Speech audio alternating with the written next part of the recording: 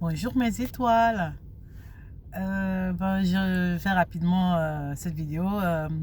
En fait, pour pouvoir définir un peu les termes que j'ai utilisés dans ma première vidéo, où je parlais de empath, de au potentiel, enfant à multiples potentiels. En fait, les empaths, c'est des enfants. En anglais, c'est empathie. Empathie. En français, c'est empathique. Des enfants qui ont de l'empathie. Voilà, c'est des enfants qui sont sensibles, en fait. C'est des enfants sensibles. Non, empath, en fait, quand je dis empath, je parle des enfants qui sont très, très sensibles parmi nos enfants. Voilà, peut-être vous allez peut-être pas forcément insulter, dire un mot un peu, voilà, à un enfant, même peut-être l'insulter. Pour une insulte, il y en a un qui va pleurer, et il y en a l'autre qui, pour la même insulte, ça lui dira rien, quoi. Il y en a un qui, ça va le toucher, il va pleurer, euh,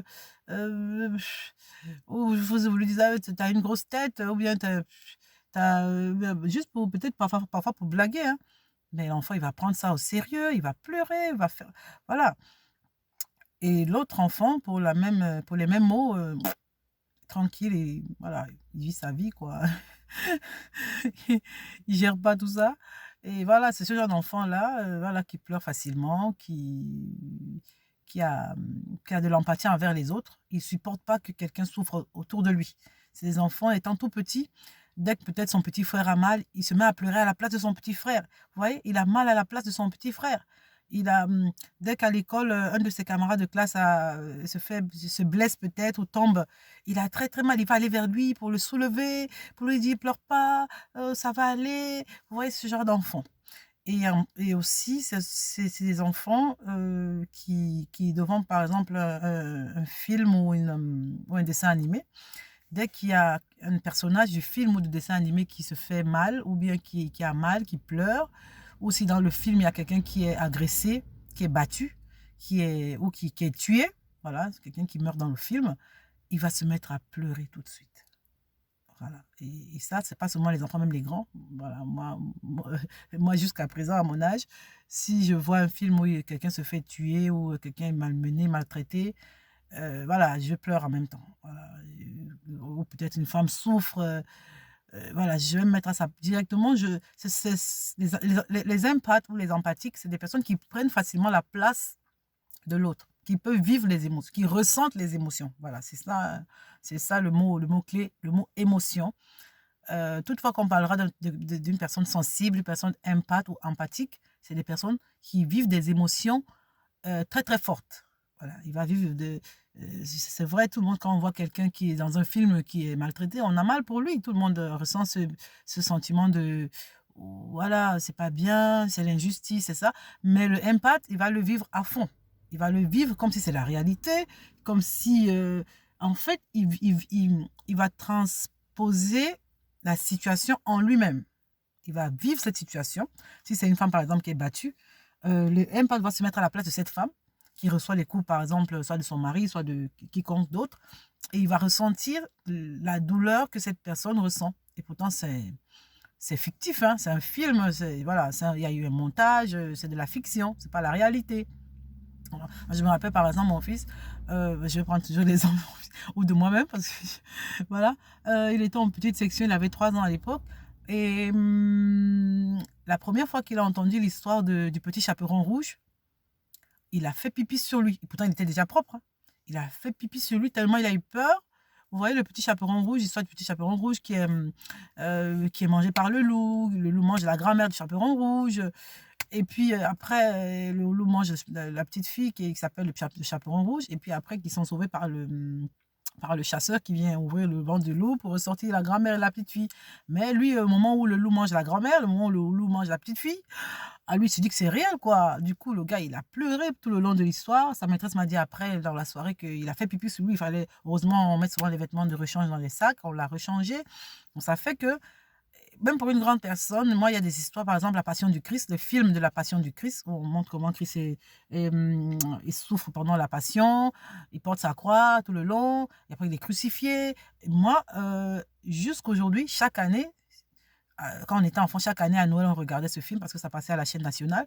Chaque année, je pleurais. Et même aujourd'hui, si je regarde la Passion de Christ, je pleure. Je pleure à mon vieil âge, mais je suis désolée. En fait, on peut pas se bloquer, on peut pas s'empêcher de, de, de pleurer. Voilà, donc c'est ça, on vit les émotions de façon très très forte et puis on contrôle pas quoi, on contrôle pas ça. C'est des gens qui vivent les émotions fortes. S'ils se mettent en colère, ils se mettent en colère très fortement. Et s'ils sont contents, ils sont aussi contents très bruyamment. Ils font beaucoup de bruit quand ils sont contents. Ah là, ça se voit qu'ils sont contents, quoi. Voilà. Donc, ils ne savent pas faire semblant. Voilà, c'est ça les empathes. Et puis aussi, ils ont une autre, une autre caractéristique. C'est que c'est des gens qui sont, comme ils sont très sensibles, ils ressentent les émotions, ils ressentent aussi les auras, comment on dit ça? Les auras, c'est voilà. Les auras, c'est un peu le feeling. Ils ont le feeling facile. Voilà. Un empath va facilement reconnaître quelqu'un qui ment, qui ne dit pas la vérité, quelqu'un qui est faux. Vous voyez? Quelqu'un qui est sournois, qui est. Voilà. L'empath, dès qu'il rentre dans une salle, surtout des salles où il y a plusieurs personnes, tout de suite, il ne va pas se sentir bien.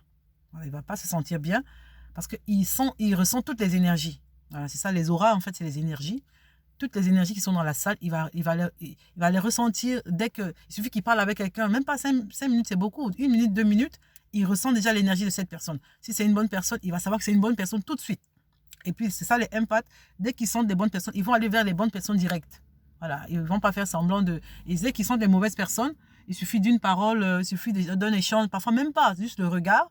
Ils sentent que cette personne-là, avec ce regard-là, c'est pas trop ça. Et donc, dès qu'il va ressentir ça, il va prendre position directe ou il va faire semblant. Voilà, c'est ça les empaths. Pour vivre en société, parfois ils sont obligés de faire semblant. C'est-à-dire, il a déjà ressenti l'énergie de cette personne-là. Il a vu que cette personne a une mauvaise énergie. Mais comme il faut être bien avec tout le monde, voilà, il faut essayer de vivre avec ce qu'on a autour de soi, avec les gens avec qui on vit. On ne peut pas tout le temps fuir. Dès que c'est mauvais, on fuit, non. On doit vivre avec. Donc, il va essayer de faire avec, de vivre, de faire semblant d'être avec cette personne comme s'il n'y avait pas de souci, comme s'il n'y avait pas de problème. Mais au fond, il sait qu'il y a un problème. Et dès qu'il y aura un vrai problème, parce que ça va arriver, puisqu'il a ressenti que cette personne a une mauvaise énergie, mais il va faire semblant d'être avec, de supporter. Mais comme les énergies vont se cogner, comme on dit, parce que lui avec son énergie et l'autre avec une énergie qui n'est pas très positive, il y aura clash tôt ou tard.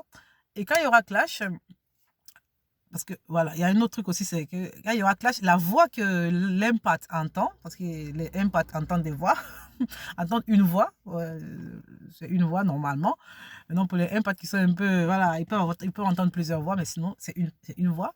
Ce qu'on appelle parfois le sixième sens, on l'appelle aussi la voix du Saint-Esprit, la voix de l'Esprit de Dieu. Ça peut être la voix de Dieu. Chacun nomme cette voix comme il veut, comme il entend, selon ses croyances, selon ses... Voilà. Et quand il y aura clash donc avec cette personne, la voix de Dieu ou la voix de l'Esprit de Dieu lui dira: ah mais je t'avais dit que cette personne n'était pas une bonne personne, mais tu as insisté, voilà, il fallait pas, voilà, je t'avais dit, voilà, tu avais compris que cette personne n'avait pas une bonne énergie, il fallait pas aller vers. Donc ça fait que voilà, c'est des gens comme ça qui peuvent sentir des énergies et qui ont des dons spirituels. Voilà, il y a cet autre aspect, je pense, le dernier aspect qu'on va aborder là, parce que ça commence à tirer déjà 9 minutes. Ils ont des dons spirituels. C'est des gens qui ont des dons spirituels.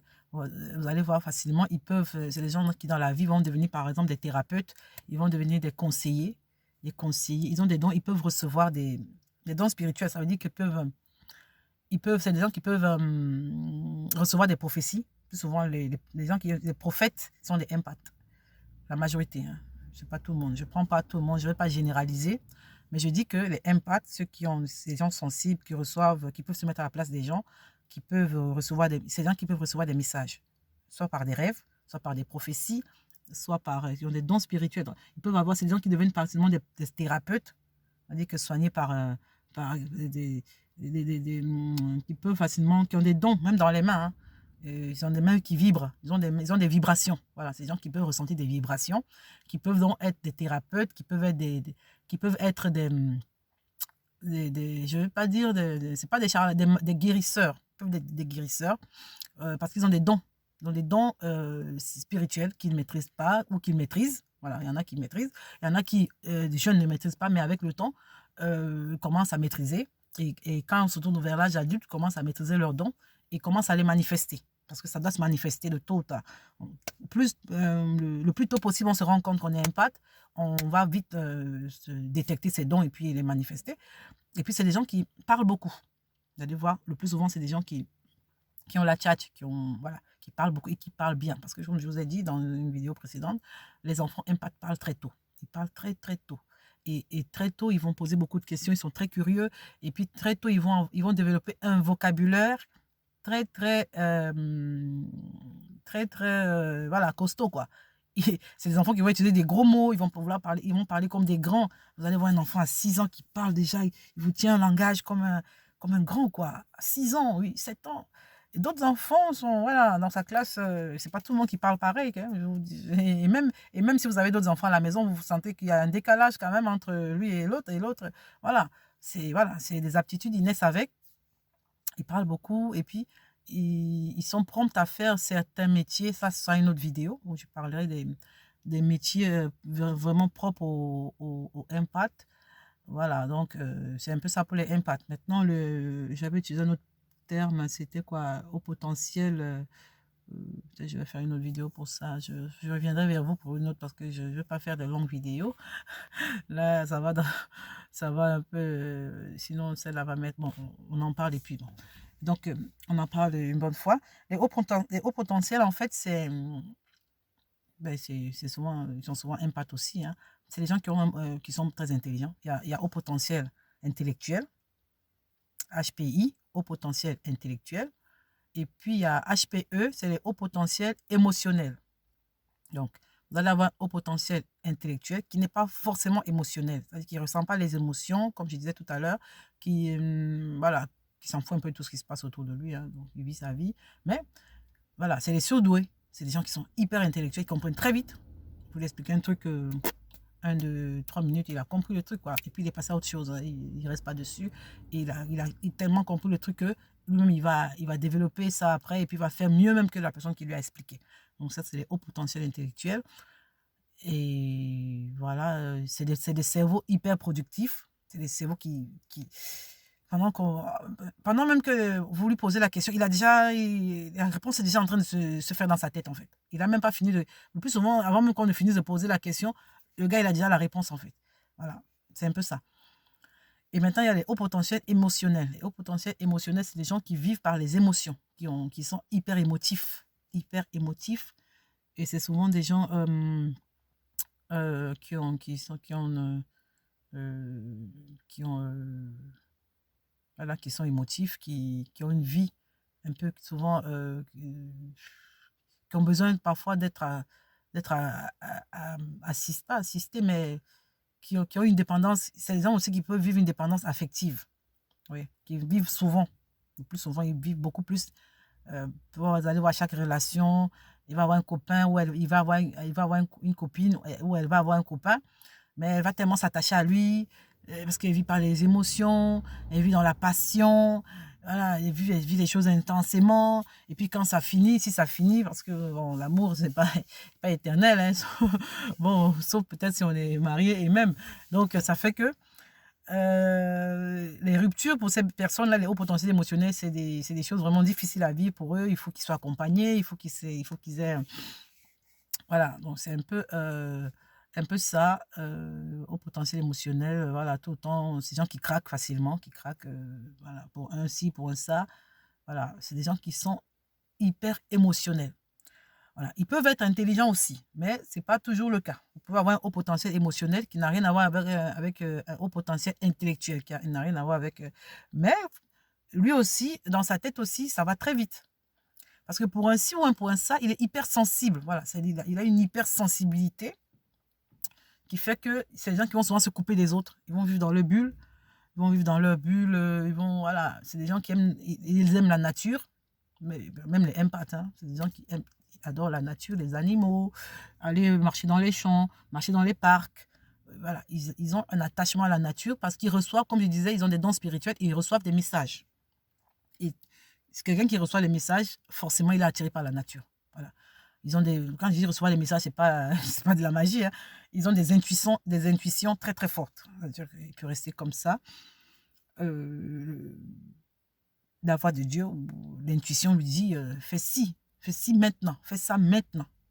Voilà, le Saint-Esprit lui dit promptement des choses à faire. Et s'il fait le truc, voilà, il peut lui dire, voilà, peut-être il est debout là, il lui dit non, décale-toi, va derrière ou bien mets-toi là.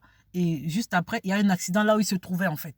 Voilà, donc cette voie-là lui a sauvé la vie en fait. Ou alors, peut-être vous voulez voyager, vous devez prendre tel car et tout, vous avez annulé à la dernière minute votre voyage. Et après, voilà, peut-être 3 heures de temps après, on vous dit que le car que vous auriez pris a fait un accident et puis il n'y a pas eu de survivants, des trucs comme ça.